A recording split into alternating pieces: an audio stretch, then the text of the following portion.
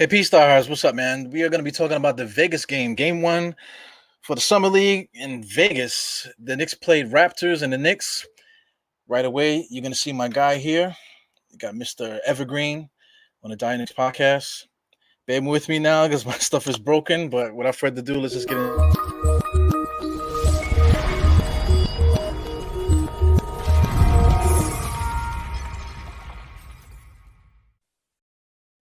Hey, Mr. Evergreen, how you like my little intro? Yeah, it's quick and short, right to the point. Let's get down to business. You know how it goes. Yeah, man. So, how excited are you for this, man? For the whole summer league thing? I will tell you that if Quick can keep playing the way he plays, we ain't getting no damn summer league championship. That ain't happening. But it's good to just good to to see a white, blue, and orange uniform again. You know what I mean? See balls dribbling down the court and people running, and it's definitely dope to see like new talent. In all sectors of the league, not just the Knicks per se. So I mean, I'm excited to watch and be able to analyze and nitpick at what we got in a draft and how we're looking at with the newer players that we have on the team and I'm anticipating some big new things from Obi Toppin. Hopefully we'll be able to get some more finer tuned things with Emmanuel quickly. McBride, he looks pretty well. So I'm excited to just continue to watching him throughout the rest of the league. The rest of the series, man. I think we're gonna get something really nice out of these players. I agree with you, man. Yeah, I love having you on. I was telling you offline, man. You look great. The lighting is good, man. Let's just get busy. So, I want you to introduce yourself formally first, man. Who are you and what you do? So peace and love, Nick family. As y'all know, my name is Evergreen G. I'm one of the longer run panelists on many of the different networks, starting with the Nothing But Knicks, the Nothing But Knicks network. Moved on, branched on, and I've done a bunch of features with Blanche Tears. I've done features here with Dire Knicks podcast here in Eru. Let's see, I've been on the Knicks and Bruises show. I'm also a producer, music producer. Myself and Rapper Drugs Only put out the tape called the Big 15 EP last year. Be on the lookout for a second coming of a new tape coming this season. We're actually in the process of working on that right now. And I'm a diehard Knicks fan, man. Like, I get told that I'm crazy for being who I am and representing this orange and blue and being disrespectful to New Jersey Nets fans. Like I'm that guy, So if you haven't seen me around, I try to be the voice of reason and the voice of logic when it comes to dealing with the emotions of the Knicks fans. Sometimes I have the tendency to go off the rails every now and again, but I always try to present all of my views and opinions about the Knicks in a bubble of logic and reasoning, So Yeah, I no guess doubt. that's who I am. Yeah, you're also an active military guy, and you're from Soundview, right? Soundview's in the building. We got my boy Kemba. Oh, and I also in my youth, Kemba's like a year and a half younger than me. So in my youth, I played in the junior Knicks tournament, and I actually played against Kemba before anybody really knew what Kemba was. Everybody from the Soundview, Watson Soundview section of the Bronx, they all knew who Kemba was. And when he finally left to go to UConn, everyone spread his applause. And once he got drafted, in my hood, there used to always be a big event. Kemba's home. When Charlotte would come to play the Knicks, all of my boys would get together and come to the Kemba's home event and, get together and be drinking and just to watch the game. But, most of my friends, they ain't not Knicks fans. They're not crazy like me. But, yeah, so I'm not going to sit here in front and say like, oh yeah, I know Kemba. Like, that's my man. Like, no, like I just played against him in a junior Knicks tournament. He's from Soundview Projects. I'm from the Watson Avenue side of the Bronx, which goes from like Close Avenue all the way up to, damn near all the way down to Castle Hill, Watson Avenue. So, I'm very familiar with that area, and anybody that talks about Soundview is talking about that whole entire section. So when you got somebody that's from your neighborhood that plays for your team, it gives you this extra amount of pride. So, that's where I'm at. Soundview all day. Let's go. We got Kemba here. I don't care if he's injured, if he got 1 foot or not. Like, he's playing for the Knicks, and I'm with it. Speaking of 1 foot, when you played him out there, he probably had 1 foot up your ass the whole game, right? Bro, it's funny because it's funny because like when I had left and I joined the military and I'm all over the place or whatever, and I had just so happened to come back one summer or towards the end of the year, I want to say for the holidays, I had came back, and my boy had posted up on Twitter, Kemba's home. And I really didn't know exactly what he was talking about because I had been out of New York City for so long. And I just so happened to pull up into New York and hit them up on Twitter, like, what's going on? He goes, yeah, come through. Kemba's home. I'm like, what the fuck is this guy talking about? Right. And I get home, and that's how I found out about the event that my boys throw when Kemba comes home to play. And then my man actually reminded me of a story. He's like, yo, do you remember that because he used to play at the Junior Knicks tournament, and he used to also play at the Watson Classic Shootout, right? And this is like when it first started back in 2000 or 1999, I want to say 99, 98. I played in the Watson Classic All-Star game, and I blocked Kemba. My boy tells me the story. I don't remember it, but he says you blocked Kemba's shot, and then Kemba got the rebound. He got the rebound off of the block shot and hit the game winner on me. So I'm like, whatever. Like, I don't remember it, but it is what it is. So, that's what I know of Kemba Walker. So anytime I see somebody from Soundview that makes it, which is barely ever, anytime you hear something from Soundview making it, you always got to show pride and show love. Yeah, no doubt. What's the name? State. Shout out to State.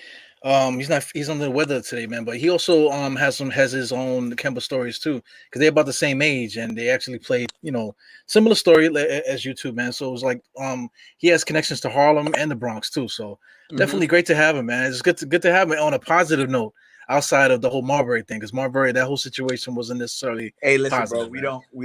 I actually, it's funny because I was just talking to one of my men on Facebook, and he was like, should a person's off the court antics, should that separate him from being able to be, represented in a particular league's Hall of Fame? And I'm like, hell no. You know what I mean? Like, that don't have nothing to do with his basketball game. That don't have nothing to do with what he put, what he contributed to on the court. And the example that I gave was Stephon Marbury, because this dude towards the end of his NBA career had a tough time, but he went off to China and did some amazing things over there, won 3 championships, and then did all this kind of,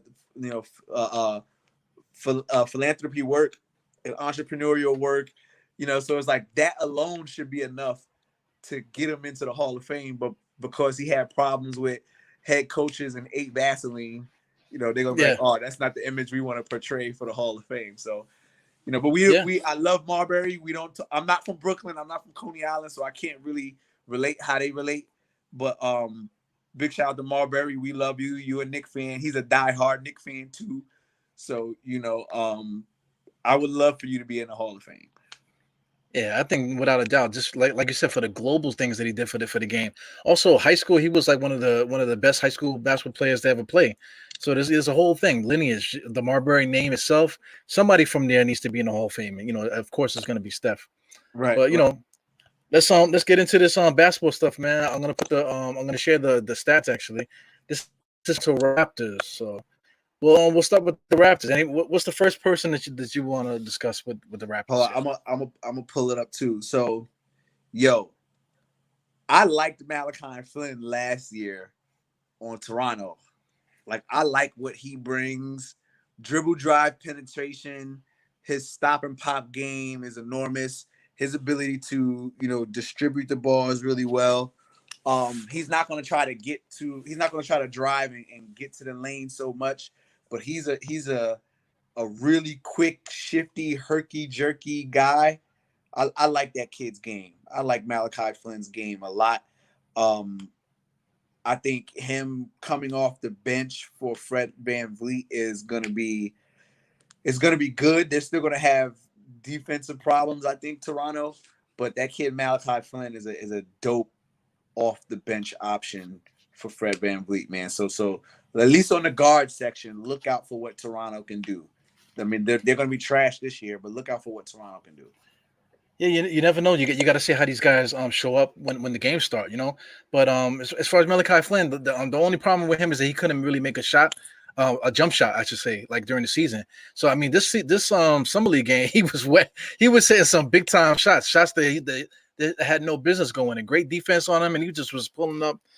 Just the pace of him. We're gonna talk about pace, especially when Quickly comes through here, because Malachi Flynn was basically the anti Emmanuel Quickly this game.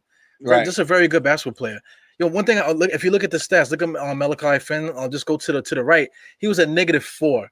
So before anybody says anything about plus or minus, that stat is just out the window because for the game that he had 23 points, 6 rebounds. What is it? Yeah, 6 rebounds. He only had 1 assist. But I mean, he was dominating the game every time he was in it. So how was he a -4? You know, I just don't get it. They went on a couple runs when he had a couple shots too. So I just don't get that stat and why that's so important to people. I think when they talk about him being a -4, they're probably in reference to defensive possessions that he had scored on him. Because if you scroll over, you'll see he didn't get any steals, so he might have been getting cooked. He might have been getting cooked on the all. But it's like when you have a guard that's so quick and dynamic and can put up easy buckets and things of that nature, like we kind of second guess what they do on the defensive end. Like it doesn't even matter.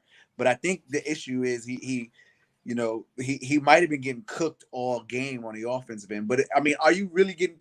If I drop 23 and you drop 23, and all 23 points came on me, but I still scored 23 points, did I actually get cooked? Right. Like I still dropped my points regardless of who it's on. We still won the game. Right. So I think the issue with the -4 probably just has to be on the defensive end. And I don't know, did he have any turnovers? No, he didn't have any. He had 2 turnovers. Yeah, so it might have been the 2 turnovers and maybe he was getting cooked. That's all I can think of. But for having a -4, like I really don't pay attention to that at all. Because I mean, the kid Wainwright, he's plus 22 and he just got 2 assists, 3 rebounds, and it looks like 10 points. So he gets up plus 22. Like I don't know what they use to count it, what bullshit advanced analytics that they're using to make it happen, but I don't care about that. What does the box score say at the end of the day? Yeah. Did you win or did you lose? Look at this guy Ennis Ahmad, whatever his name is. He got a plus 18. He had 2 points, 2 rebounds in 8 minutes. That's it. Yeah, that's crazy. That's crazy. Don't get All he did was run up the court twice, maybe get a bucket here. Oh yeah, he's doing good. Yeah, he dirtied up a uniform. That's basically what he did. Right. And hopefully these young kids when they're playing, I swear, like I hope they're not like, oh shit, I'm plus 18. Like, bro, if you're right. You didn't see the game. I was plus or minus 18 last night. Like if you're gonna be plus anything, like look at that plus game that Mitchell Robinson had when he was like 11 for 11 on field goals. Like it was like a big double, 2 blocks and a steal. You know what I mean? Look at that game. And if you're plus 18 with that, I'm like, okay, you doing something, young fella. But you checked in for 8 minutes. All you did was run up and down the court a couple times, and you got you a plus minus score. So whatever. Yeah. Don't read into the plus minus is what we're getting into, Knicks fans. Don't read into that. It means bullshit. Yeah, definitely. Well, JC just said that he's Red Van Fleet, basically because for as long as I can remember, they always had 2 point guards over there. They like to do the 2 point guard set. So Fred Van Vliet is going to be upgraded to the starter, and then this guy is just going to take over for what Van Vliet was doing coming off the bench behind Lowry. So they just basically reset, man. So another kid I want to add to this conversation is Scottie Barnes, right? So Scottie Barnes, what position is he going to play? So they got him at the 3. Are you talking about on the main team? Yeah, on the main team, because first of all, what was your first impressions of him and the whole game and everything? He's inefficient. That was really it. I mean, you go 7 for 18, that's less than 50%. Like that's inefficient to me, right? But he's got the green light since he was drafted, 4th, 5th? You Yeah. know, he had the green light on his team to jack him up. So when he did his little celebration, you know, he got his celebration for winning. You know, he dropped his little 18 points. It really shouldn't have been him standing up there. It should have been, you know, Malachi Flynn that would have been the guy representing him in the post game interview. But you know, I think the kid is inefficient. But he reminds me of what's the kid from Atlanta? Oh man, DeAndre Hunter. Okay. He reminds me of like his body size and his build kind of seems like a bit of a DeAndre Hunter. Not nearly as efficient. I saw a good defense from him. I think you know he's definitely here to stay in the league. Just what is his game going to translate to on the main team? With shooting like that and the amount of shots he was taking, I don't think he'll have a big imprint on the starting lineup with Toronto, especially with how much Pascal Siakam commands the ball. But we'll see, man. He's definitely got loads of potential. I really don't like judging these players off of game one. Although I will be critical when we get on the Knicks segment, but I really don't like judging these players on game one. I want to see like what they really have when it gets to at least to the NBA preseason, when you can actually see them against legitimate NBA talent and not just their college subordinates, if you will. So Subordinates. You might subordinates. as well just say like trash heap for whatever, you know. Yeah. I try to make it sound a little bit more professional, but you know, whatever. Yeah. Well, I mean, his body's huge, man. He kind of looks like OG. That's a guy that's probably going to be starting at the starting small forward for Toronto. OG and then Siakam. His body style looks like OG. And then also too, they got Chris Boucher over there, so they're kind of stacked at the forward spot. They got a couple other guys too that I could reference. Precious Achiuwa's over there also, so he's not going to play forward for them at all. So you know, a lot of people think that he's a point guard.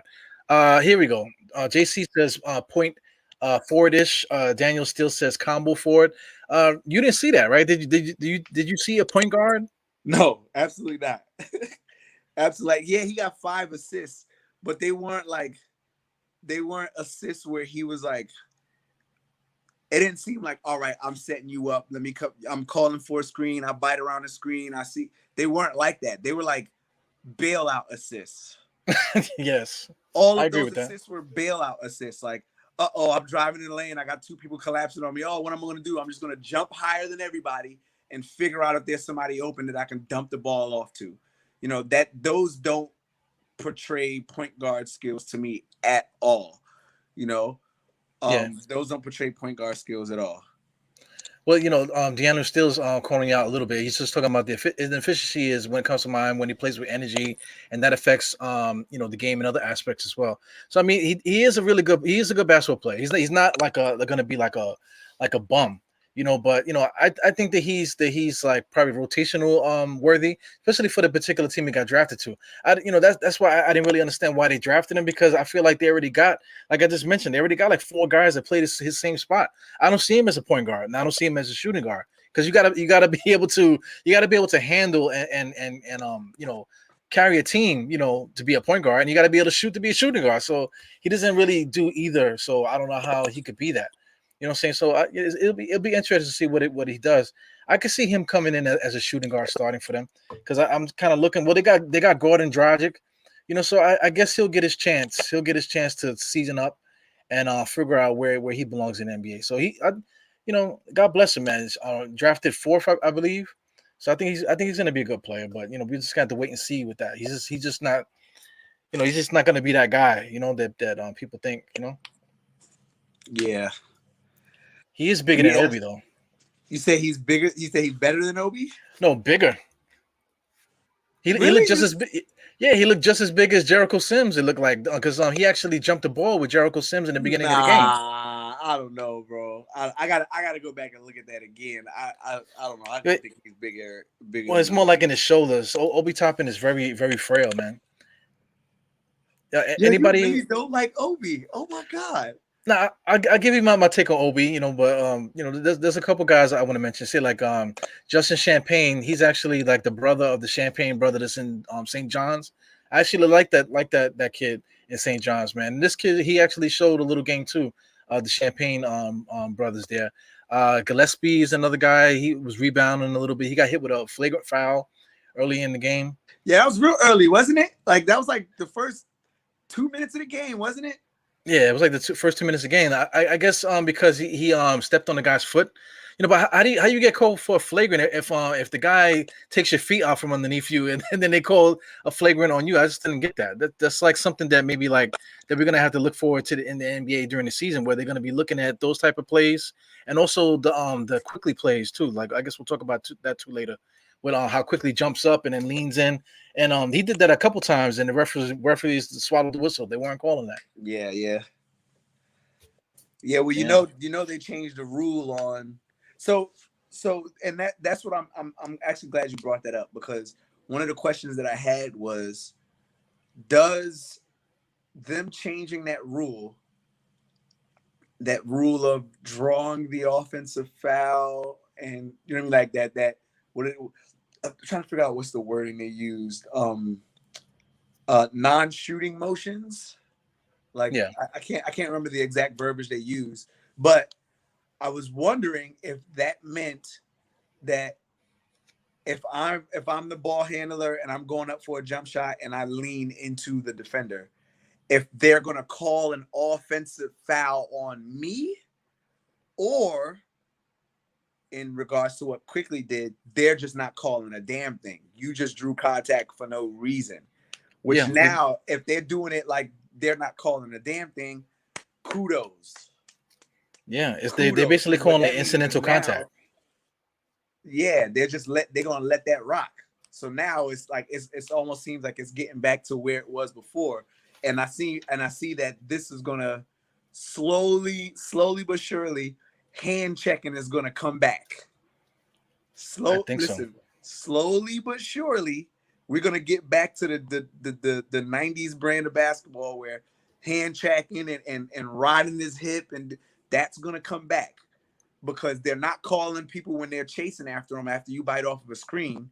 So, I mean, the only way they would really call that hand checking foul is if I got my hand on your hip, and then when you go to stop and pop, you stop and pop but pull up towards me. Then they call the foul on it, but they'll let you chase after them with your hand out trying to get to them. So slowly but surely, this is going to be back to exciting basketball, where it's not going to be all 3-point shots, because people aren't going to be trying to fade away off of screens and getting away. Like, this is going to be dope. This is going to be a dope brand of basketball. Yeah, I mean FIBA, everything should just be uniform. It shouldn't just be like, this is the way high schools get called, this is the way college gets called, this is the way the women's game gets called, this is the way the NBA, and this is the way FIBA gets called. It all should be just one universal game. It's the same basketball, same hoop, same court. All rules should apply to everybody. So in the European the FIBA game, European game, whatever, they do all that touching. And they don't call BS fouls, and they don't give assists for no reason either. That's shout out to Andy. Andy always points that out, that they don't just give you the NBA assist. They give it to you even if after you dribble 4 or 5 times to the rim, they call that an assist. Or if you get the ball in the post and do a few dribbles, they call that an assist. So all these rules, the assist rule should be a one dribble thing. Like, if you have to dribble twice, you've gotten out of the gather completely, and you've created your own shot. Yeah. So I don't like the rule on it. And you know what's funny? I didn't know that. I didn't realize that that's how they're calling assists. That makes me want to review back, because some players wouldn't be deserving of their counts and assists. Yeah, the whole step aside stuff. When people get the open three and they do like a side step, they'll call that an assist. Because the way the NBA receives it, once you get the ball, they put you in position to score. So that's an assist. No, I think, like I said, I'm cool with the side step. I think if you go outside, like if you get the ball, and you haven't established your pivot and you get a side step, and that side step is like immediate within a quote unquote reasonable amount of time, we can judge that for what it is. I'm cool with that being considered an assist. But like, when, for example, if somebody, if DeAndre Hunter kicks the ball out to Trae Young, and he does his little stupid shimmy joint and then takes the jump shot, it's not an assist. Yeah. You know, there was no motion to that. That's why I say a reasonable amount of time. You know, obviously good judgment is going to determine, but damn, I didn't realize that. Yeah, I say a reasonable amount of time, and then you got either within a reasonable amount of time, a two-step gather, or a one dribble bounce. If you go out of that, no assists. Yeah, I'm in total agreement with that. So we got the Knicks roster up, man. So give me a player that sticks out to you, or just like something that you really want to tackle first when you was looking at these Knicks today. All right, so let's go with the negatives first. Based off of what I saw today, I will gladly admit that I may be completely wrong about Luca Vildoza. I'm still hoping for the best. I still trust the front office and what they decided to do as far as getting him here.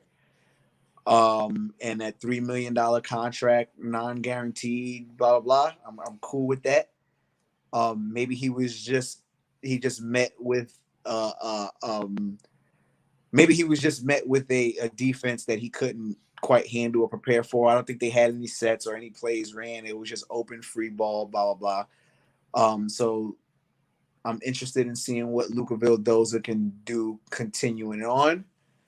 Maybe he can exploit the game a little bit differently. I have now come to the complete conclusion that Emmanuel Quickley will not develop into a point guard. He gets every shot that he wants. He takes every shot that he wants. And that's not what I'm looking for in a point guard. I'm looking for a guy like, yes, he's quick. He can handle the ball well. I don't foresee him turning the ball over a bunch in this league. But I think for what he is, he's a trigger happy cowboy from Maryland. You know what I mean? Like he's going to let that thing fly. And when you put his ass in the game, you better expect him to let it fly. However, what I have noticed is he's not good creating his own shot, letting it fly. You know? So I would much rather deal with him off the bench as a shooting guard. I get that too. Here goes rest in peace, Gregory Castillo. He's funny, man. He said rest in peace to the Luca Hive. Because I guess I'll talk about Vildoza because I agree with you, man. Vildoza, I don't think is an NBA basketball player. He has a high IQ. That's one thing I give him. He has a high IQ, but just standing next to NBA players, where there was one point where Quickly was going buck wild. Quickly was just pow, pow, pow, pow. He was running faster than everybody, doing everything. But then they came down, they got the rebound, and Quickly was like, like this, ready to get the ball again. Luka was like, yo, suave. Yeah, right. Just chill out a little bit. But then as soon as he did that, then those are like the next play down got stripped by Scottie Barnes, and just looking outclassed as athletic wise in the NBA. So I don't think he's an NBA player actually. Just based off a first impression for the summer league, and also out there in Europe, he wasn't impressive in Europe. So that's two different examples about whatever. So I mean, get to training camp and see what training camp is like. But if it came down to us getting rid of him because we want to make another move, I wouldn't be upset about it. Yeah, he's got a little bit of ways to go if we want that game to translate on the basketball floor. And we would expect we got this expectation of the name, right? Like the name Luka, and because Luka Doncic was able to, grow as a European player and his offensive prowess really excels here in the NBA. We would expect another player that's playing in the Euro League and playing in Argentina. We would expect that player to be able to come over here to do the same thing. And I really wanted him, just based off, I'm not sure if you're aware of like how his name came about through Kobe Bryant. But I trusting in the late great Kobe Bryant, where it's like Kobe said this dude was good, or this dude is gonna be good. They decided to draft Lonzo Ball instead, this dude can really, maybe this dude can be something. Lakers, that is. Maybe this dude can really be something. And I don't like to be wrong about Kobe. As much as I used to hate him, I don't like to be wrong about Kobe. Yeah, Brendan here. He just said, "I'm shocked that anybody had hope for Luka Doza." But like you said, you can't go against Kobe. Kobe said him by name. Luka Vildoza is going to be really good. You need to watch out for him. He said that. He said him by name. In this video on it or whatever. But here's the thing: the NBA is like a copycat league as well. So outside of Kobe, people just automatically comparing him to that Campazzo dude, because Campazzo is also from Argentina, and then also there's the Pablo Prigioni comparisons, and then even Jose Calderon for Spain.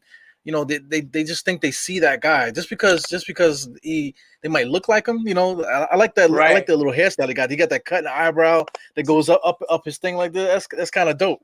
One He cut in might, his eyebrow trying to wild out. yeah, trying to wild out, but he's not that guy, man. I don't think he's an NBA player. He's gonna be in trouble. I'm quite sure that McBride and Quickly is busting his ass in practice.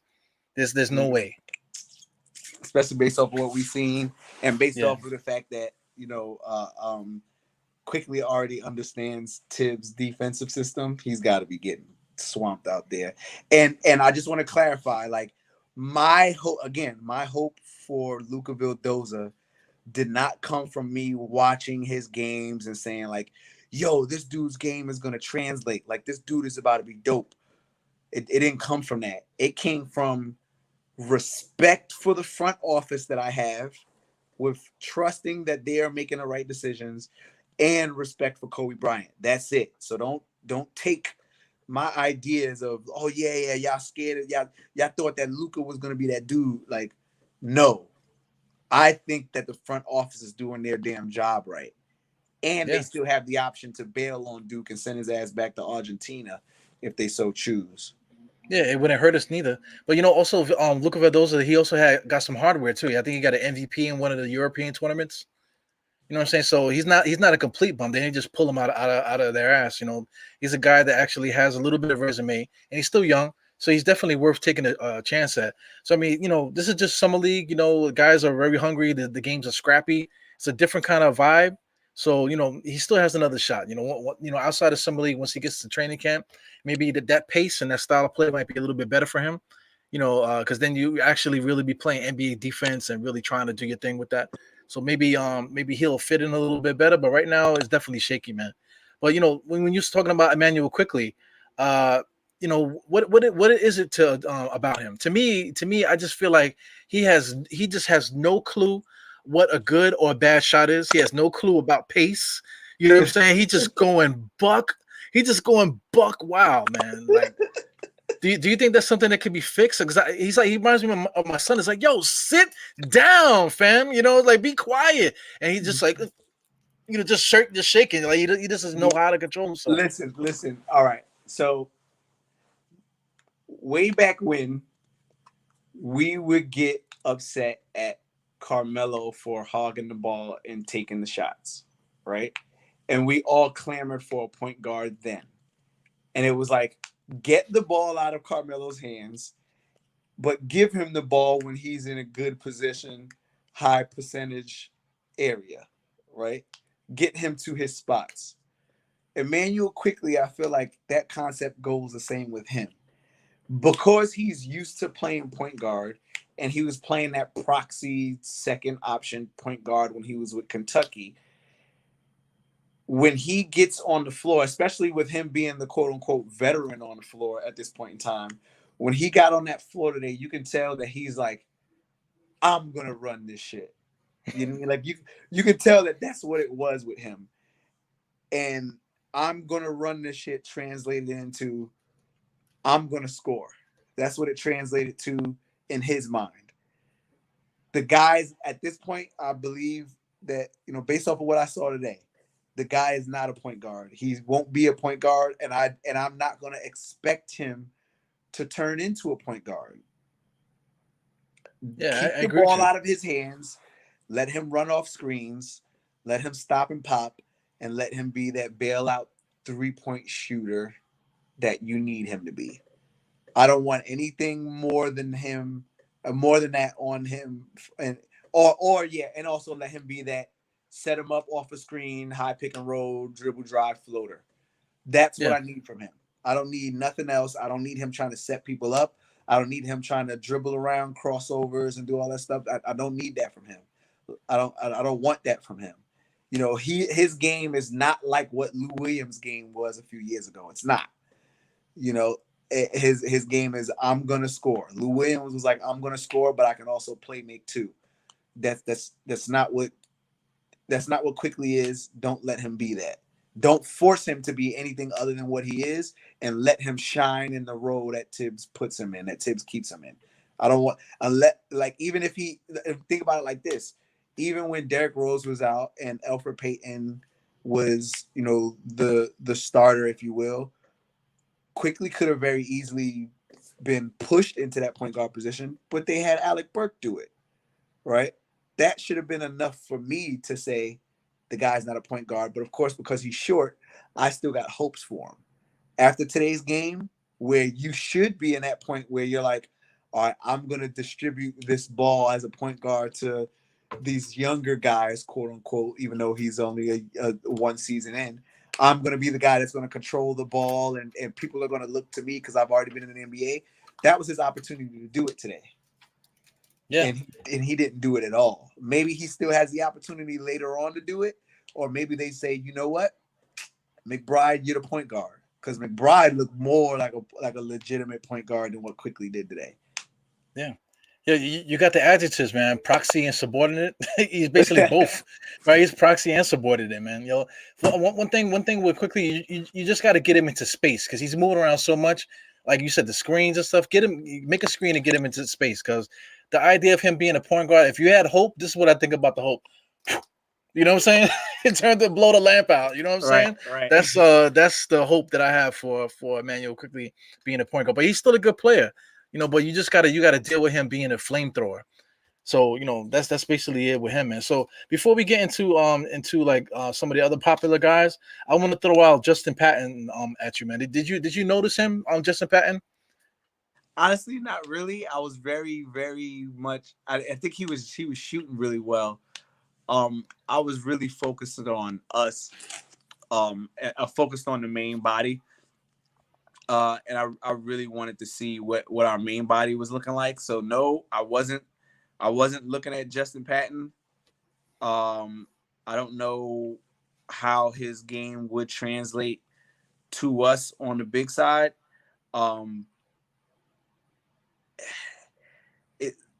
No, actually he wasn't shooting. Now that I think about it, no, I really wasn't. What is he playing, center? No, I really wasn't paying attention to him.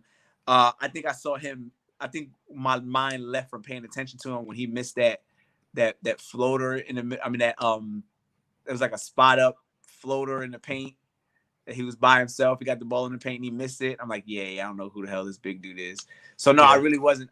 After that shot, like I was really focused on what Obi was doing and what Quickly was doing and what Obi Quickly and what McBride was doing.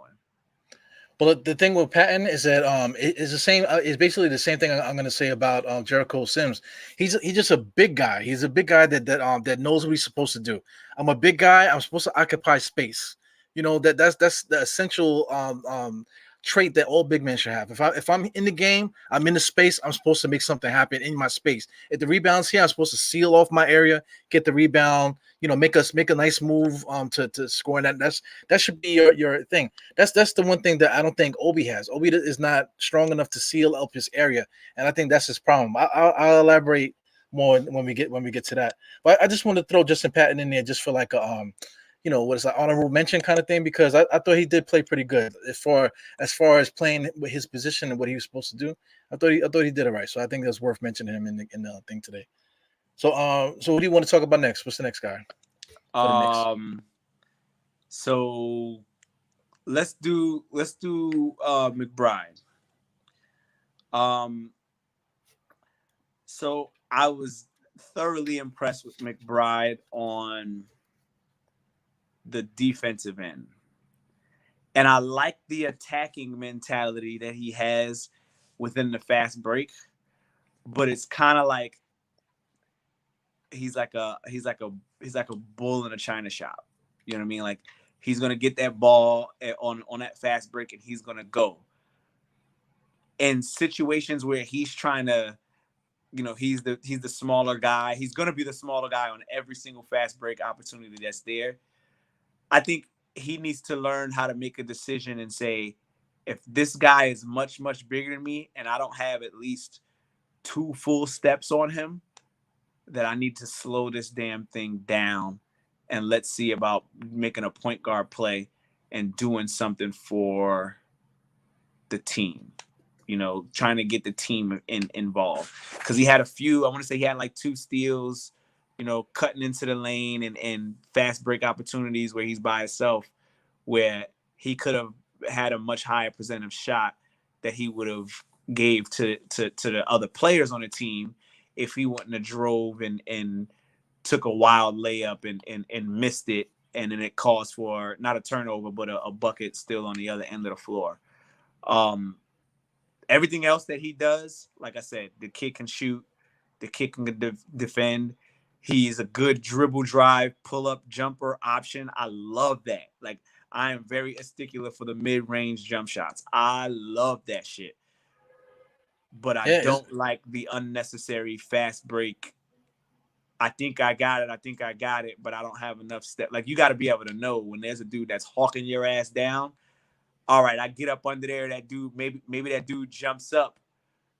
I fake a gather. That dude jumps up, and I pull back the other way. You know what I mean? Like, little small point guard things like that can really translate into a lot, especially when you have guys that run the lanes behind you, such as Obi Toppin and I think that even Grimes, Grimes has the ability to he can drive really well. He's not really a good first step guy, but what I want to see from him next game is, on opportunities like that, make a real point guard play, not a scoring option play. Because eventually at some point in time, like we drafted him with the intent for the future, right? Right. Not for the now, because we brought in Kemba, we got Kemba and D Rose, but we're looking at him and what he can do for the future, right? In the future, we're still going to need a point guard. Like 2 years from now, are we still going to be in the same exact position that we were in last year, without a legitimate point guard. So I want to start seeing point guard moves from this guy. Yeah, I think you hit it right on the head with the assessment of McBride. One thing I noticed about him is that he's just strong, man.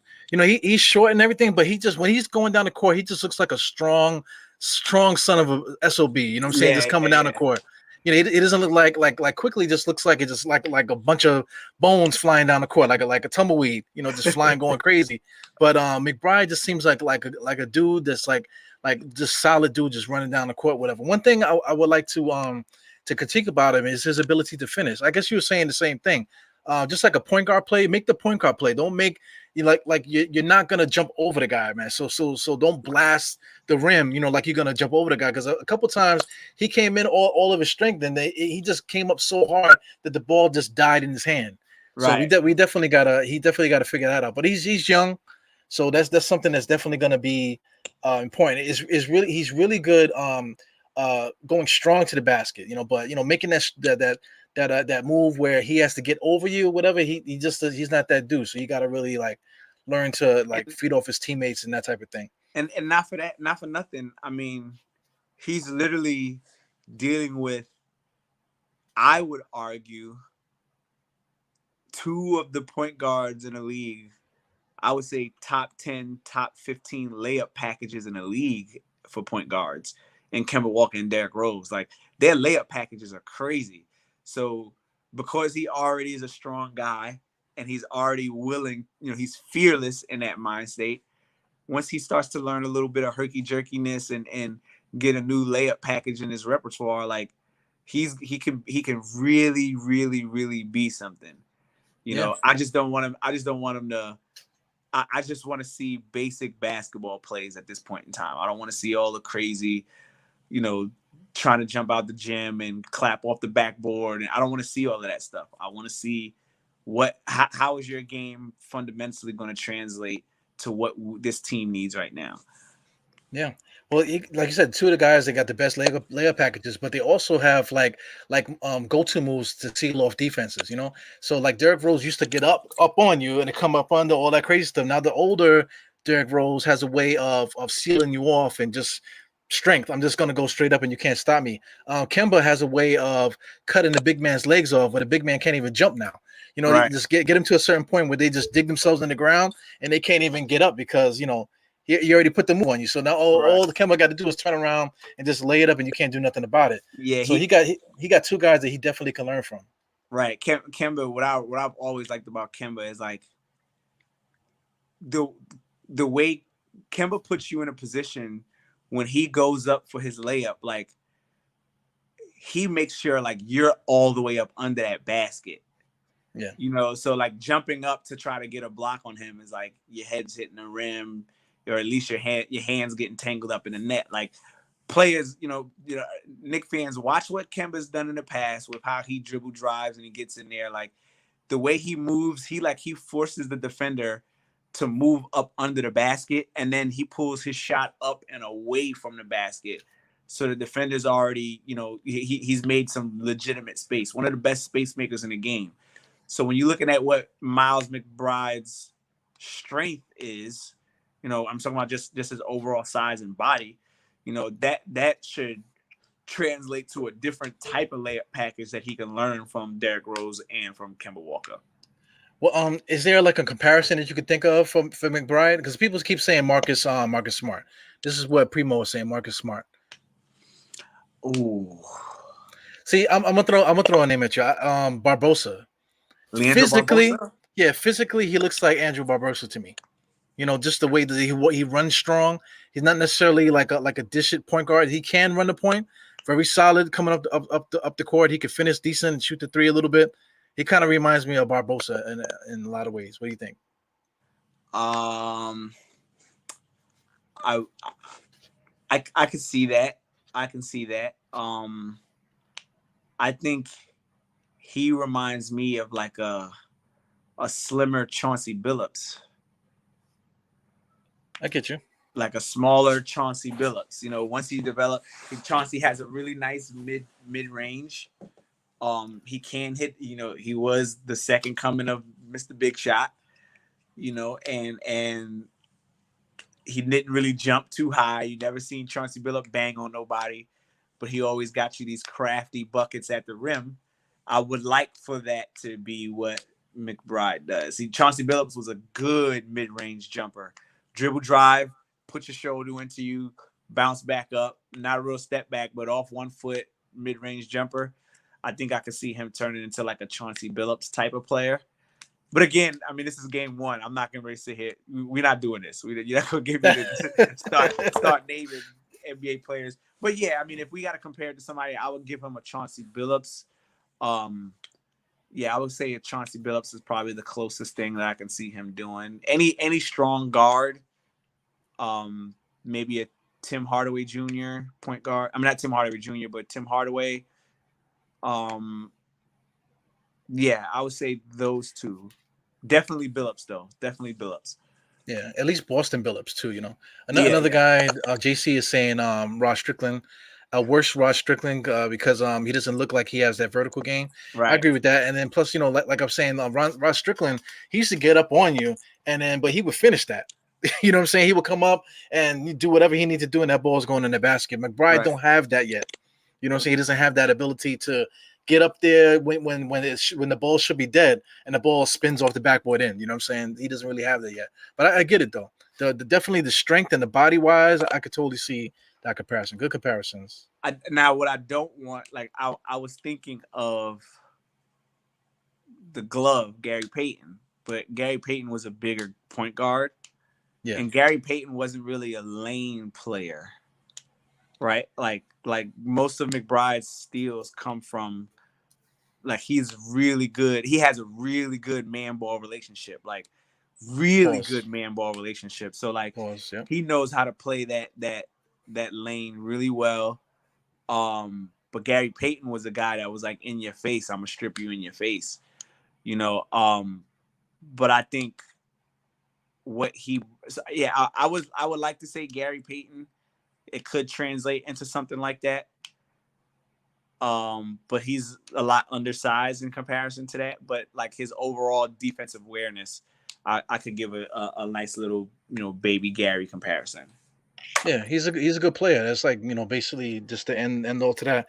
We could talk about him. Talking about him definitely just put stars on him, man. He's a good player. I'm definitely glad we got him. The insurance, especially because we got Quickly and we got Rose, we got Walker. We have him now, and then this we have a whole bunch of guys that can play this point guard position. So we definitely good to go with that. You mentioned Grimes, man. I'm gonna tell you flat out. I think Grimes is garbage.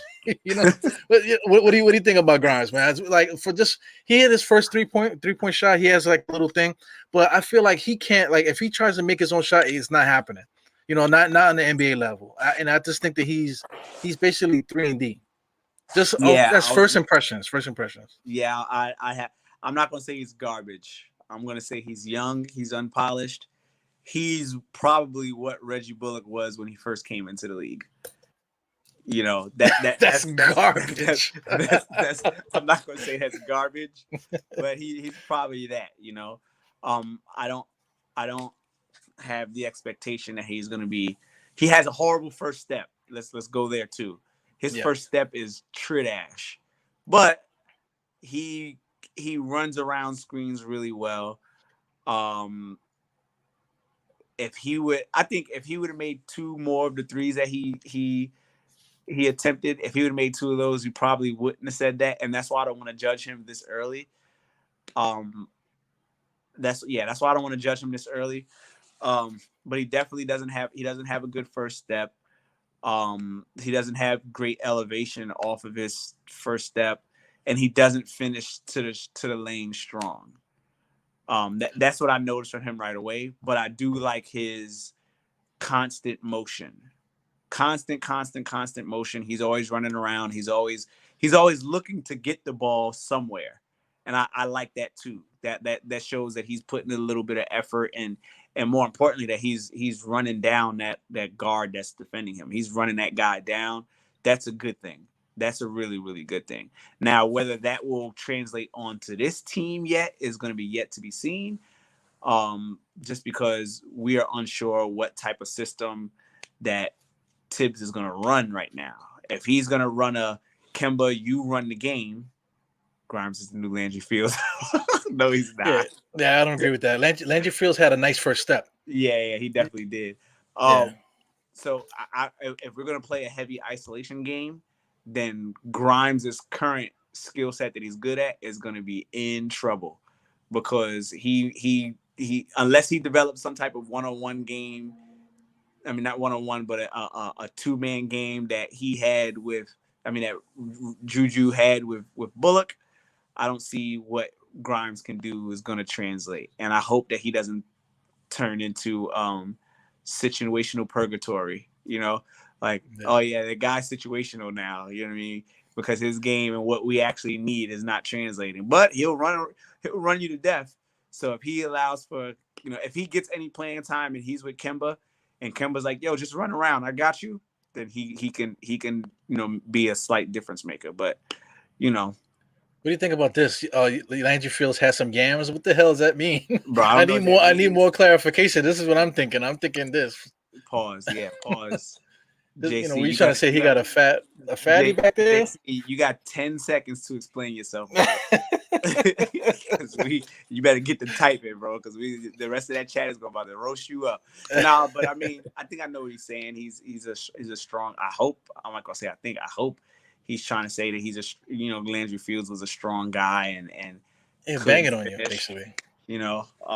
But my wife has yams, bro. I don't know what we talk about here. Yeah, I've seen yams before. I'm not sure Landry Fields has any definition of yams. Right. But like McBride, everything you describe is garbage. He's just straight garbage. like he was trying to drive against a guy. He was actually dribbling, and then like it looked like he was just doing like this. Like he just drove past him. He was like that, but he couldn't go nowhere, so he immediately has to get rid of the ball. when he tries to drive or anything like that. But I mean, getting around maybe like a system like you were saying, like maybe getting around roles and stuff like that. When the spacing is a lot better, they're going to be drawing attention. That's when Grimes is definitely going to be more available, and you'll see why he's like why they drafted him. He's going to be a guy like you said, chasing guys down, playing defense. But basically hitting that 3-and-D, that's basically what it is. He's just going to be a 3-and-D guy. He has good size, good looking dude, nice haircut. You know what I'm saying? But he's definitely gotta figure something out. Something's going on with his knees and his hips. You know? Yeah. So I think he's straight garbage to me. Well, like I said, I got trust in the front office. I got trust in the organization and what they're doing. They at least got one of the guys that they wanted. Yeah. And again, a lot of people hate to hear this. They hate to hear this, but John Calipari said, "Give Knox his first contract, and we'll see something." And he said that recently. No, I'm saying, he said it's gonna essentially his game, Kevin Knox's game, is gonna take a while to develop. Right now, we're on year 3 on that development, right? So, year 3 or year 4? No, year 3, right? This is technically be his 3rd year or his 4th year. I think this is his 4th year now. Okay, so I might have to look that up. So give any right, give the man his time to develop, and whether you like it or not, Kevin Knox is still here at the moment.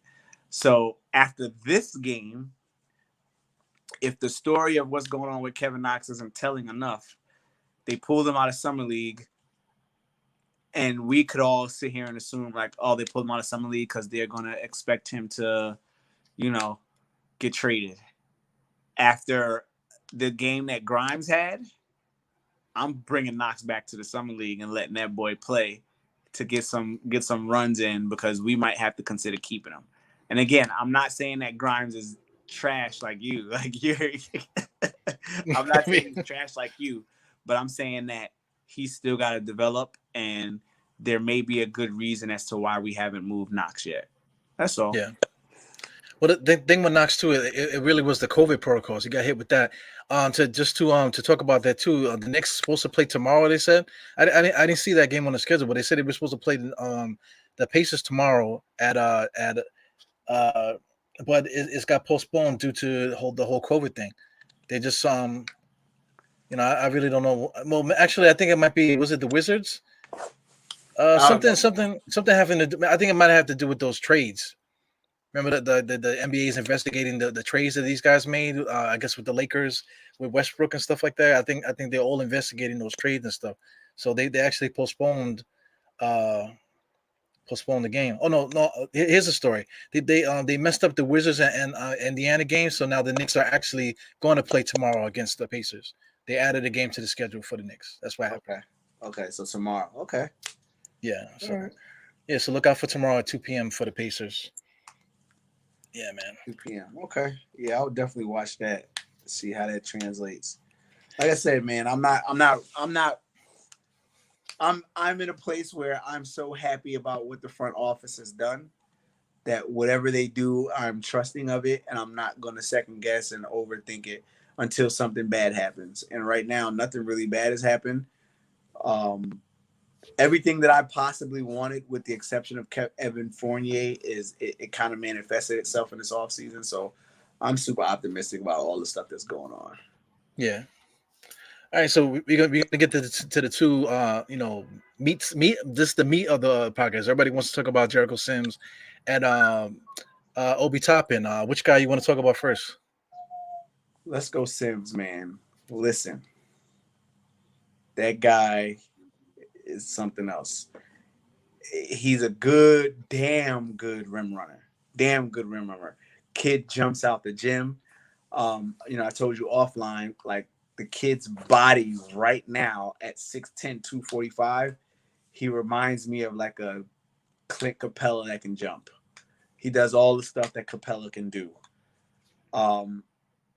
Even to the point of where he puts the ball in and has a little baby hook shot. He even has, he has something that Mitchell Robinson hasn't shown us yet. He has something that we would hope that Mitchell Robinson does, which is one dribble bounce, one-handed floater, one-handed hook shot, whatever you want to call it, whether it's his backs to the basket or his shoulders to the basket. Like that right there, it's not that it was impressive.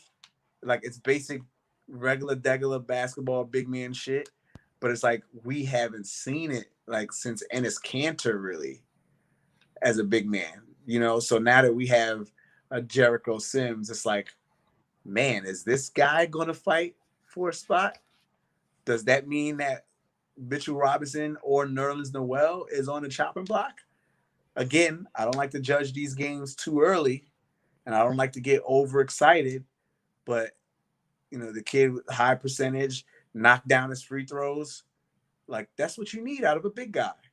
Yeah. And he's super athletic. You know, Yeah. he's not like, go ahead. No, I'm just agreeing with you. Yeah, it's not like he's like a big, lumpy, you know, waste of space Sean Bradley type of center. Like, no, like the dude's doing everything that you would expect for a big guy to do. Clogs the lanes, he gets blocks, he gets his rebounds. And like, I don't understand why people don't look at that and say, like, oh yeah, he's just a rim runner, or he's like, that is a valuable skill and a valuable asset that you should be paying for, you know? Like, for example, Rudy Gobert got a Supermax contract. What more does he do but play defense and grab boards, right? Like, that's a coveted skill that is really something that's needed on any basketball team.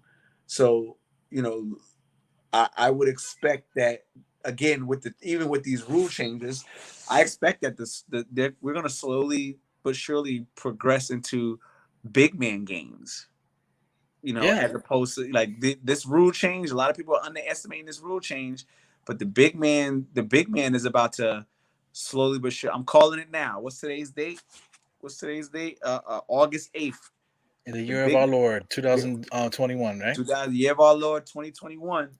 The big man game is going to be something really, really special to watch this season.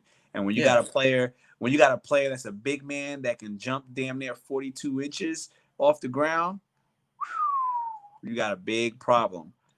And he knows how to control his body weight in the air. Yeah, we got a big problem.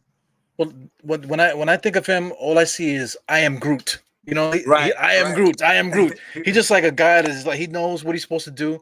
One thing that bugs me out about him is that people are afraid of him. They look like they're afraid to touch him. Like he's like he reminds me of Lou Ferrigno Hulk. That's what he looks like. Right. You know what I'm saying? He's just standing there. Oh, I am Hulk, kind of thing. Well, his strength is what drives me crazy.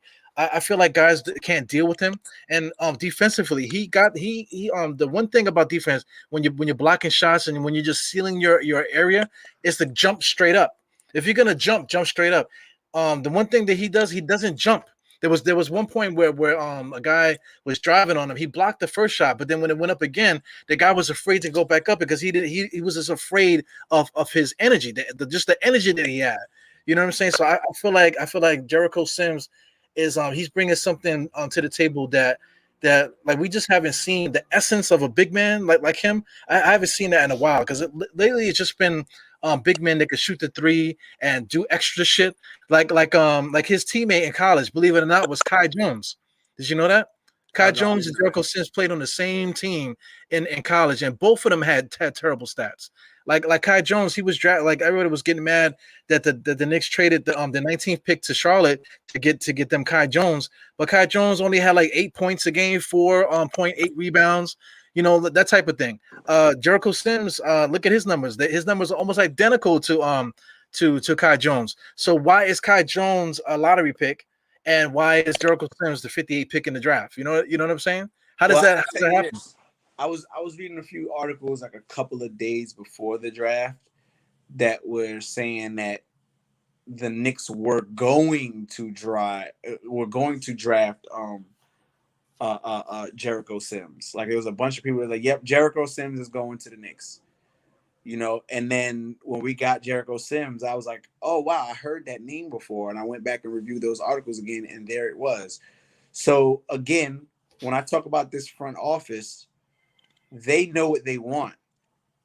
This wasn't like the number 58 guy is just going to go here just to go here. Like, that second round comes after like you know, the 35th pick, you know, you would like to, us as fans, we think that, oh, the organizations are just like picking a jelly bean out of a bag, you know, and whatever they get is what they get. Like, no, like they're really paying attention to these guys, you know, and it almost seems like after reading that article that referenced Jericho Sims, that all of the teams, at least that maybe there's like an unwritten rule that all of the teams in the second round are really like, oh, okay, you guys are going to go after Jericho Sims. All right, we're not going to touch him. We don't want him. We value this guy, because the rest of the league had the opportunity to draft him. I mean, you know, two more picks and the draft is over after that, right? So they all had opportunities to draft him, but they didn't, and we got him now. And I like it. It just, it's like I said, it's just a testament to what this front office has really been doing this whole entire time, and I'm thoroughly impressed. And you know, this is the second gem that we got in the second round. That's a big man. First was Mitchell Robinson. Now it's Jericho Sims, who could very well likely be his replacement of some sort. You know, so kudos to Leon Rose, kudos to Worldwide West and the whole front office and Brock and, you know, all of those guys. Man, they're doing a damn good job. Yeah, they're getting a certain type of player too. I feel like Jericho Sims, all these guys, they all the same guy.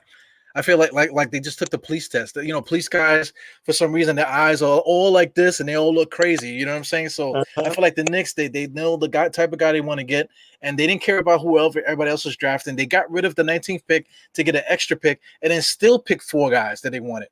You know, the four guys that they went to the draft to get. You know what I'm saying? So that just should, like you said, it just shows you how good of a front office that we have, because we don't care about like, oh, this guy, oh, we can get him to trade him next time. No, we want to get the guy that we wanted.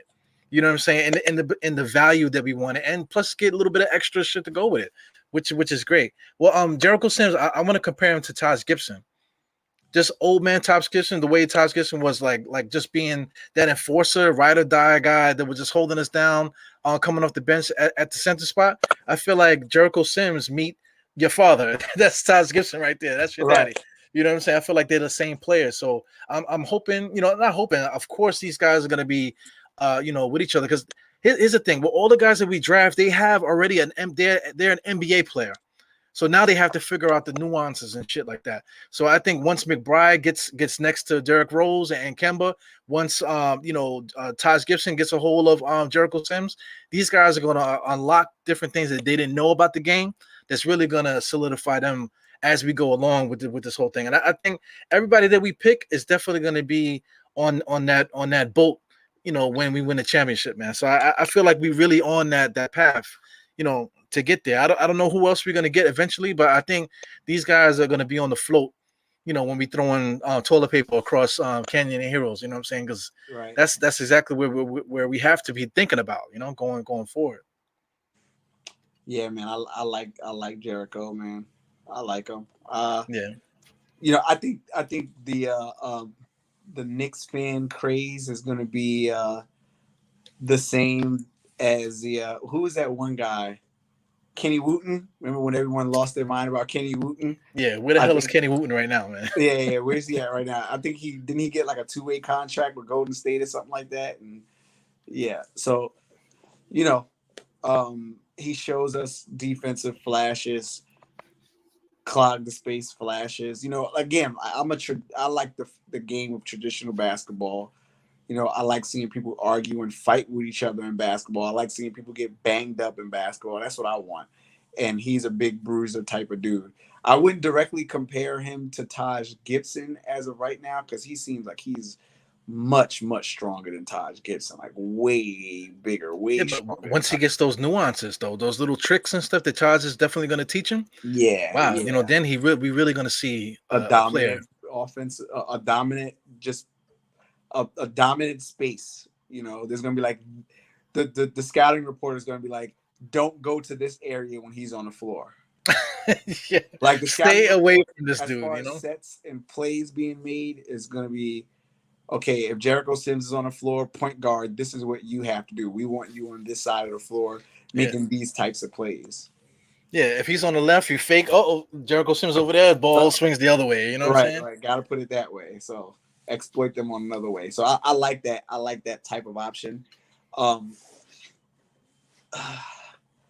Assuming that, you know, Mitchell Robinson or Nerlens Noel gets healthy, he would definitely be right there in that spot because, bro, Taj Gibson is basketball old, man.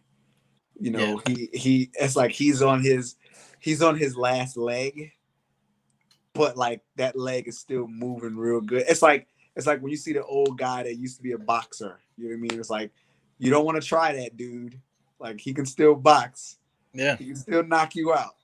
But you know, he's not gonna get in the ring with you in a street ball fight. He'll beat the brakes off your ass. Taj Gibson is at that point, you know, where it's like he exhausts every ounce of energy he has in 3 rebounds, and then after that, it's like the proper thing is to sub this dude out and let him go watch the versus battle. I know you saw him at the versus battle. I don't know if you saw him. Yeah. He's So a Brooklyn dude, man. He's right in the mix of all of that shit, man. Yeah. So for me, it's like I'm ready for Taj Gibson to be on a coaching staff and be an honorary Knick, and you know that's the right thing to do. But while he's there, he has a really dope opportunity to really put some good foundational fundamental skills at least into Mitchell Robinson and Jericho Sims. Nerlens Noel, he is what he is. Taj Gibson ain't teaching that boy a damn thing. Yeah, I get it. I get you, man. He's that old guy. This is what Primo said. He's that old guy at the wire that kills you. Bro. He's like that Dominican guy at the court. He smells like I don't know what or whatever, but he's gonna be busting your ass all day. You don't know. He smells like Mazda, and he's smells like everything, man. It smells like cilantro and whatever else I want to say. Right, Jesus Christ. So yeah, I think I'm ready to see what Taj Gibson does for our 2 big men, and hopefully that'll translate into some type of offense. You know. All right, man. Well, without further ado, this is Obi Toppin's time, man. He had 24-8. Basically, that's really the telltale of what he did on the stat sheet. So 24-8. He did shoot 2 for 10 for 3. So that's what he did in the game. What's your thoughts on this kid, man? He's already played at the NBA level. So I don't want to judge the greatness of today's game in comparison to what he's supposed to be doing. You know, I said earlier today on Sim's show, like, yo, what I want to see from Obi is all the stuff that he was doing when he was at Dayton, because none of that stuff translated into his game last season. He turned into a spot up shooter and a slasher without the ball.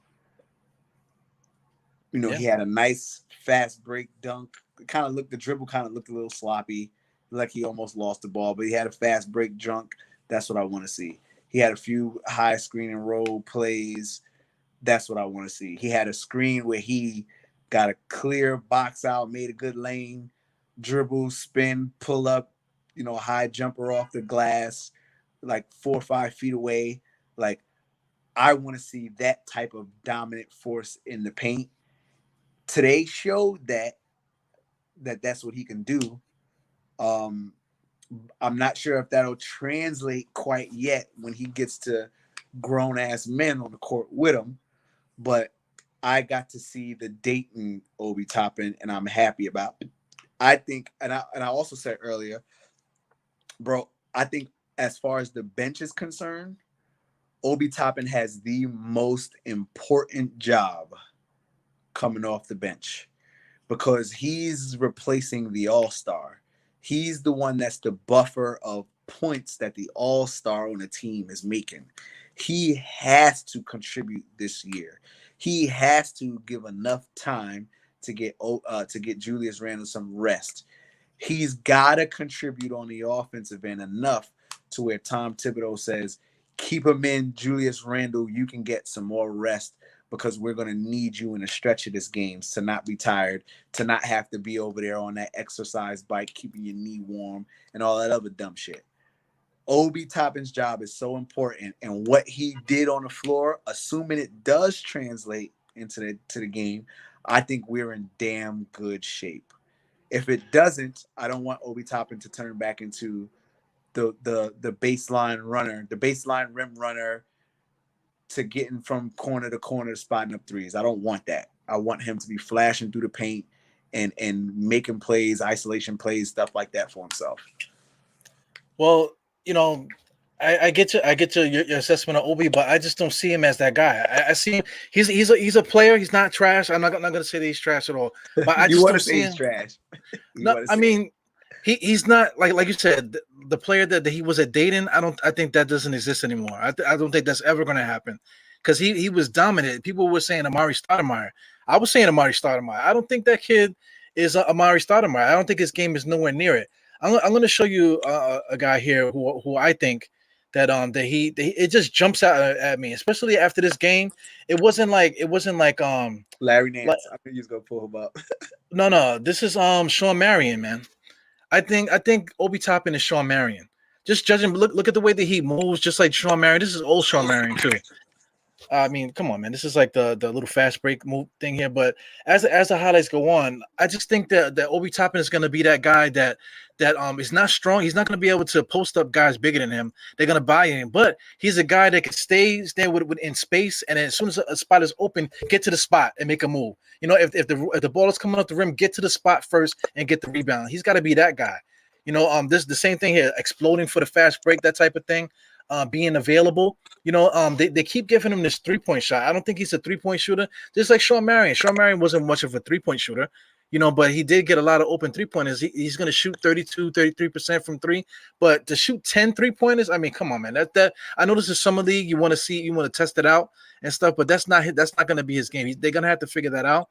But as far as giving him the ball to say, here, get me a bucket in the post, I don't think that's him.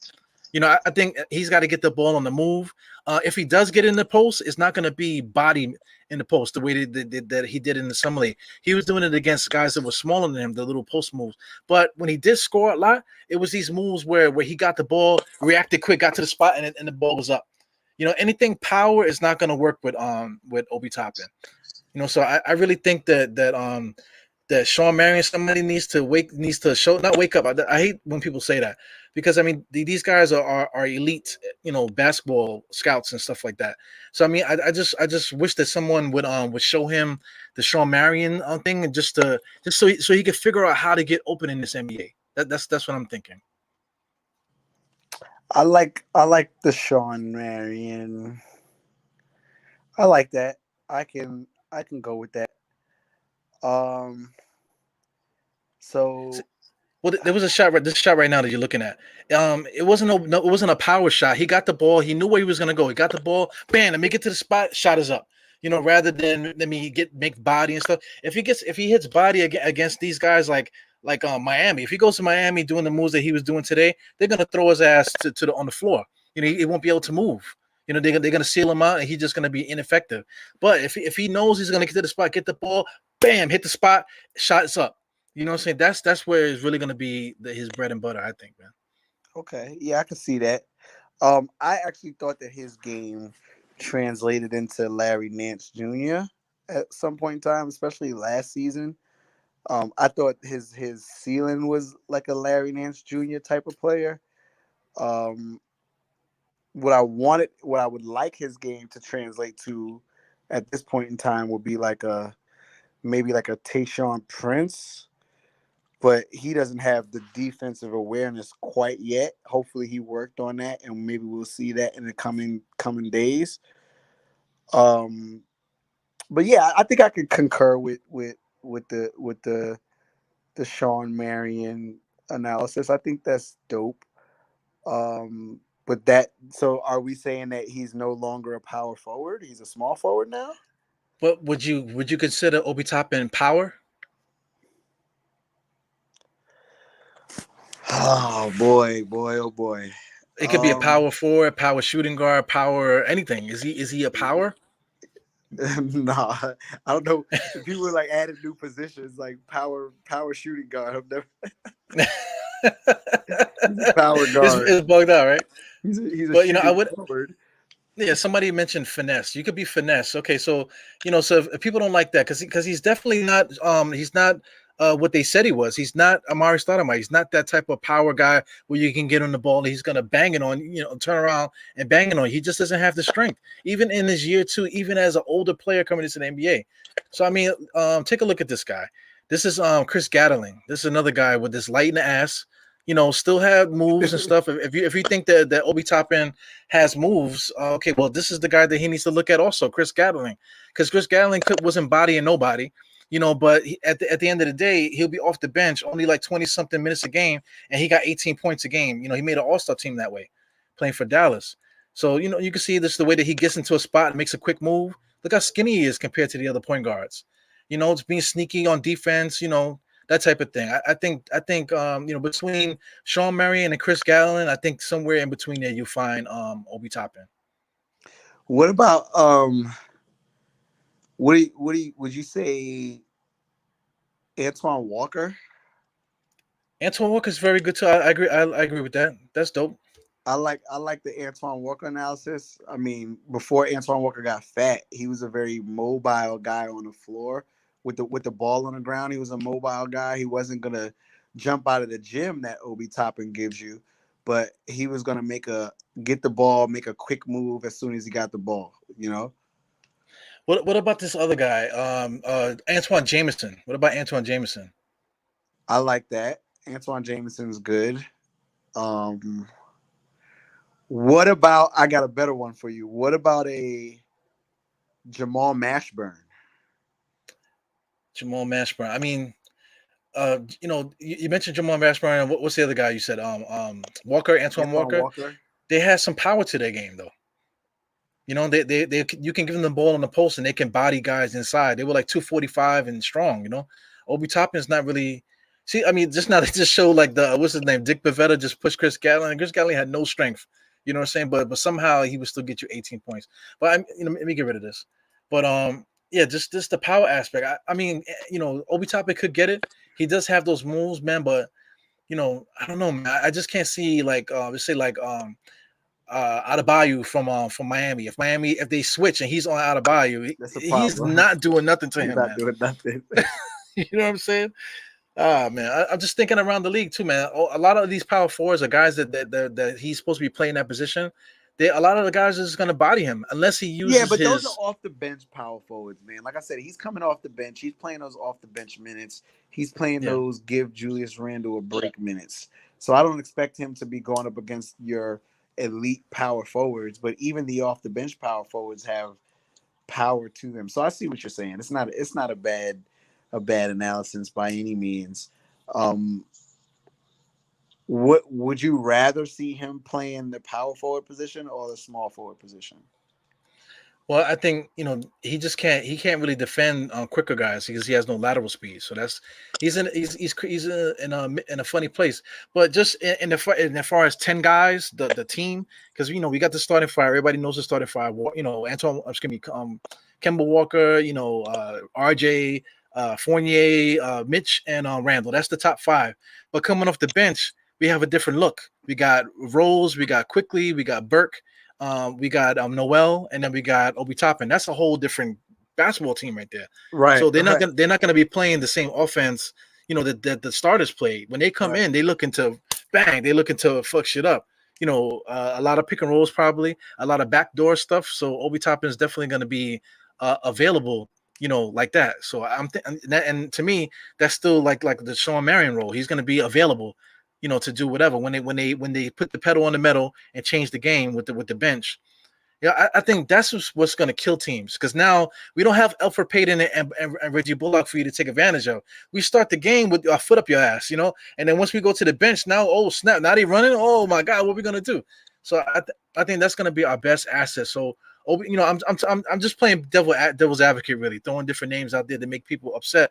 But just in the grand scheme of things, when that second unit comes in, Obi Toppin comes in, that's going to cause a lot of problems for teams because they gotta play two different Knicks teams at once, and then you got to figure out who's going to close the game at that point. You know what I'm saying? So we definitely got a great advantage as the Knicks for the season right now. I think that this team The bench could very easily score 40% of our points. I agree with that. Yeah. Could very easily do that, and because they're gonna run it up quick. They're gonna run them points up quick. They're gonna be running and gunning, up and down the floor really fast. I'm excited for that. I just don't know. Like I said, if we're pulling Julius Randle out to put Obi Toppin in, I would expect that the point guard position also gets a substitution at the same time, because I think Kemba Walker's game closely fits what Julius Randle needs, as opposed to running the fast break that Obi Toppin needs. But Derrick Rose has adapted his game so much that allowing, being the guy to lead the break at a slow pace at that, you know what I mean? Being the guy to lead that break and allow those guys to run the lanes is where Obi Toppin can flourish. So Yeah. you're right. We do have two different teams on the court. I just don't, like I said, I just want to make sure that when Obi Toppin's on the floor, that he's doing enough to make Thibodeau say, "All right, Juju, you can get a longer break." Yeah. That's Because what I'm I think hoping to. that'll extend out. That, granted, Juju was damn near Iron Man this season. I think that'll extend him out. You You can know, argue that Juju was the starting point guard. He was doing right, everything. right. Yeah. So I'm really excited for this season. I'm very happy with what I saw today in the summer league, from the players that actually matter. Luka Vildoza, to summarize, I think he's I think he's gonna be gone. And Emmanuel Quickly, we know exactly what he is. Don't make him what he's not out to be. And Grimes, super situational at this point. And McBride, at best case scenario, I can see him getting like a developmental 8 points a game, assuming that the coaching staff says this guy needs playing time.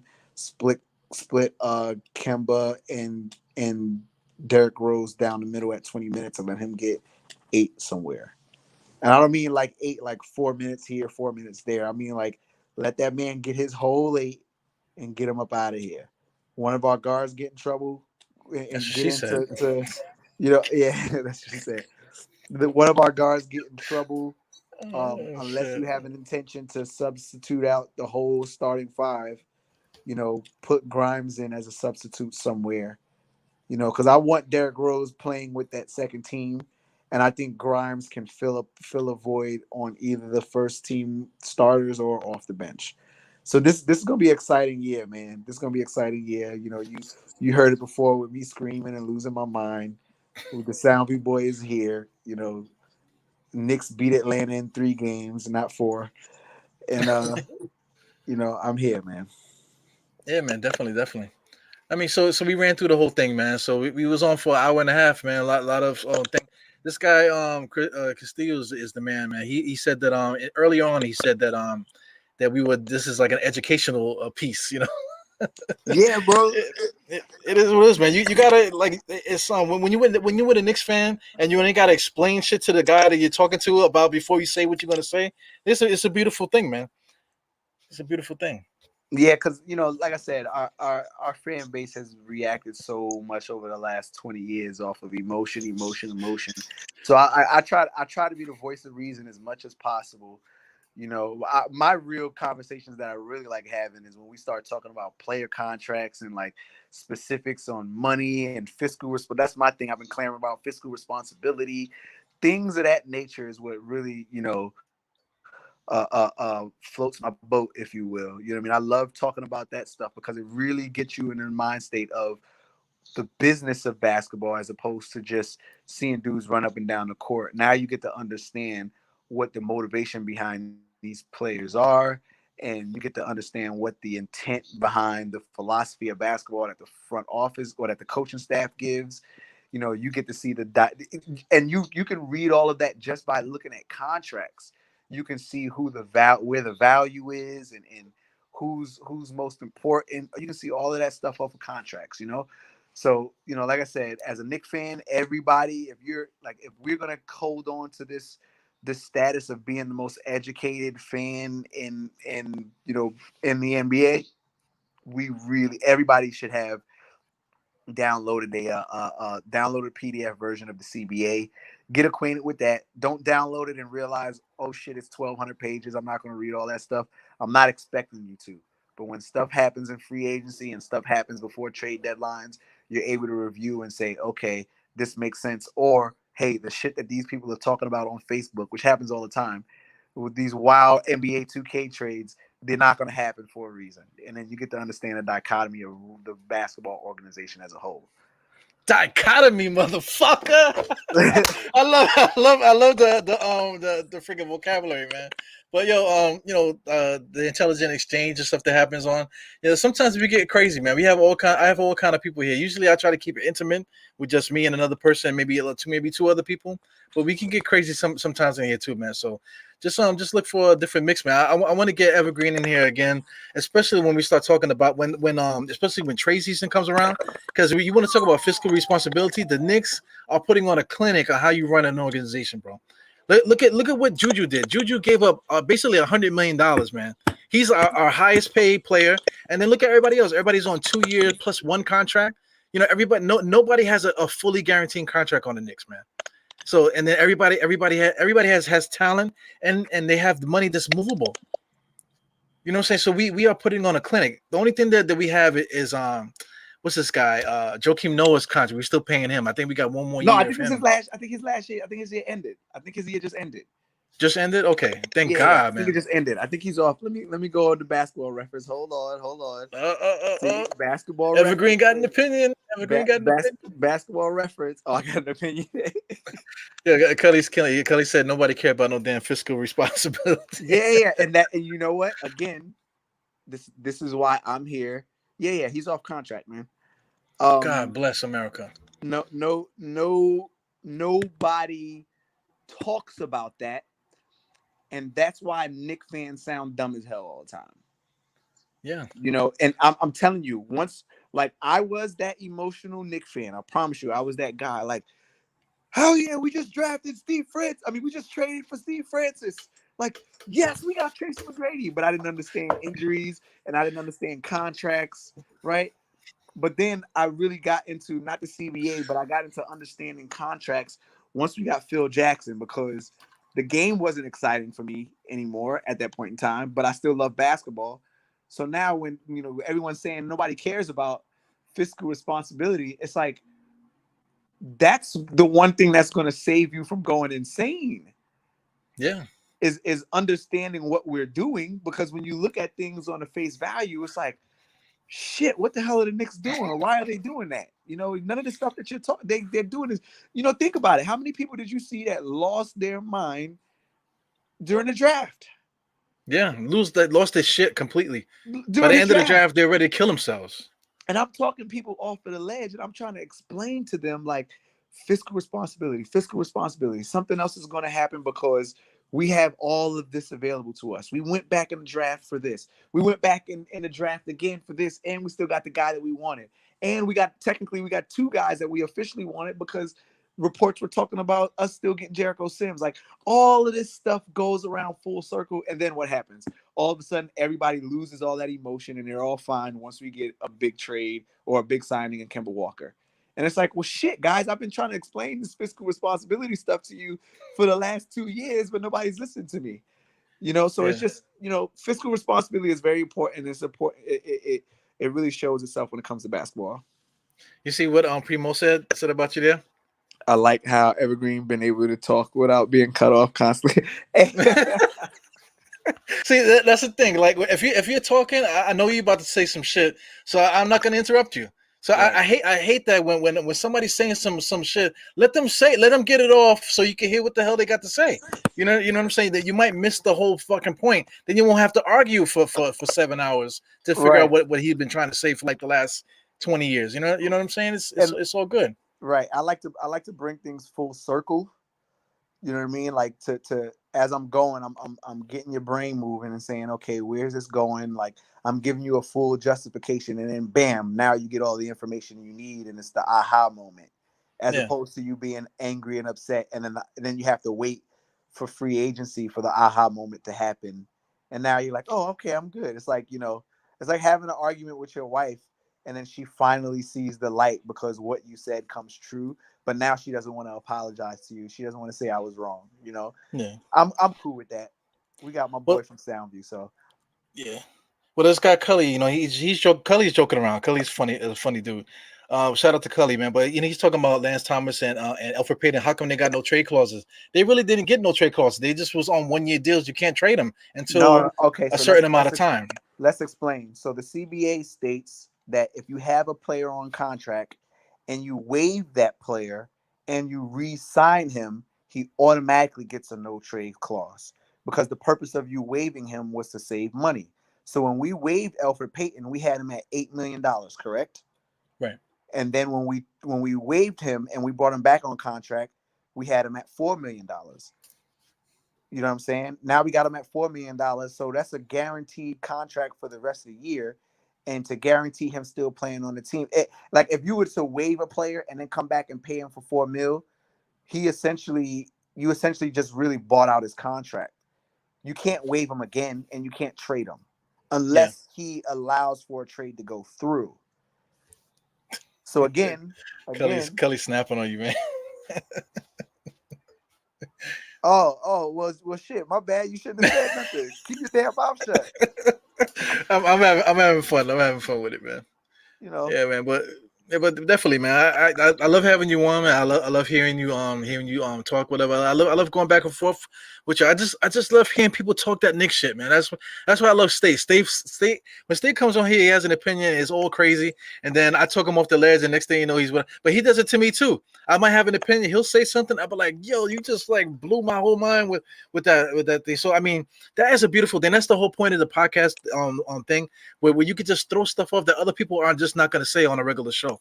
Everyone wants to see the drama and the clashing, and just let me just say something outlandish to get a reaction from everybody. But at the same time, there's got to be a good discussion. So that's why I'm doing the podcast. That's why I love it. That's why I love having guys like you on it, man. So man, Appreciate absolutely. it, If you like Evergreen's opinion, Evergreen would definitely be here again, man. So Evergreen has an opinion. You're not gonna get this type of shit off the corner, y'all. You're not gonna get this off of your ESPN. You're not gonna get this intricate about our team, and we love it. So, let's go Knicks. Yeah, no doubt, no doubt. All right, man. I'm gonna let you go. So thank you for coming on Dynex podcast. We definitely got to do it again. I'm with Maybe it. yeah, anytime.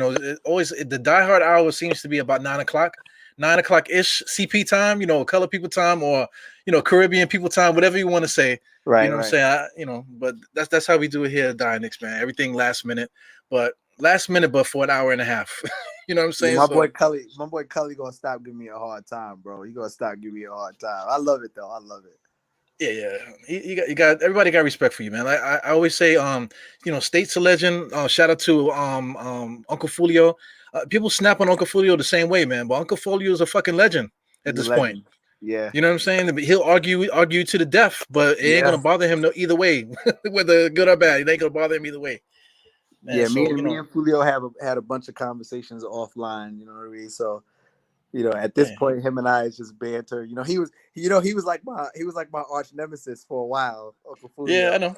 He was like my arch nemesis, but me and him, we see eye to eye. He's talked me off a ledge a few times. I've talked him off the bridge a few times. So, Yeah, we got a nice little community here, a nice yeah. little community. That Knicks on the hat, man. It means something. Knicks fans, it's gonna be 9 times out of 10 are some of the best people that you will ever meet out there, man. Good people, Listen, and definitely. I'm ready to go cop my all white.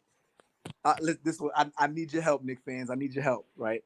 So last year, I was gonna go cop the all white Obi Toppin jersey, right? Ooh, I damn, was gonna damn, cop the all white home joint to damn, match damn. with this joint. I was gonna cop the all white one, but I said, nah, I'm gonna wait because they didn't have it on NBA store or Knicks store. But now the new joint is coming out, the classic jersey, and I'm thinking about getting the classic number 8 Kemba joint, but still getting the all white regular home joint. I need y'all decision. I'm ready to drop my 200 right now. Which jersey should I get? Yo, man, get them all. They got something. If you can, they got something called Afterpay. You know what I'm saying? Afterpay. I'm gonna go freaking broke with that shit because I've been buying so much stuff. I think I might do a. Maybe not even say nothing because people be watching. But I got some ideas to do some stuff. Dara said I noticed that you don't go live on Sundays, man. That's the Lord's Day, man. Somebody got to go to church. Somebody got to pray to God for these Knicks fans out there, man. You know what I'm saying? Right. Pray for forgiveness Lord and Jesus, stuff, man. Somebody got to be out there. I played at the orange and blue to get me through this. You know what I mean? You gotta do something with it. But this is gonna be a very exciting season, and I'm definitely looking forward to more episodes of the Die Hard Knick podcast. So y'all all tune in. Y'all make sure y'all like, comment. We didn't even say that one time. Like, comment, subscribe, share. Yeah, I have to learn. I have to learn that. Yeah, you gotta get onto it. You gotta get a couple of those an episode. You know what I mean? Like, comment, subscribe. If you like what you hear, if you don't like what you hear, hell, give it thumbs up, thumbs down. We don't give a damn. At least you got a thumb somewhere, Dichotomy, motherfucker. Word up. Like how he even spelled it right too. Oh shit! It's a beautiful day, man. Yeah, all right, man. I'm gonna let you go for real because Knicks fans could talk all night long, man. So all day. Thank you for getting on, Mr. Evergreen. Have a great night, everybody that's in the chat. Shout out to everybody. Great group of people out there, man. So once again, peace, guys. Thank you for being on the Dynex podcast. Once again, like, share, subscribe, hit the thumbs up, all that nice stuff that would keep us here. Anyway, peace, guys. Peace. Have a good night. Now, how the hell do you turn this off? Remember I told you I broke my system. So now, how do I turn the stream off now, man? Lord have mercy. All right, I got it. All right, peace, everybody.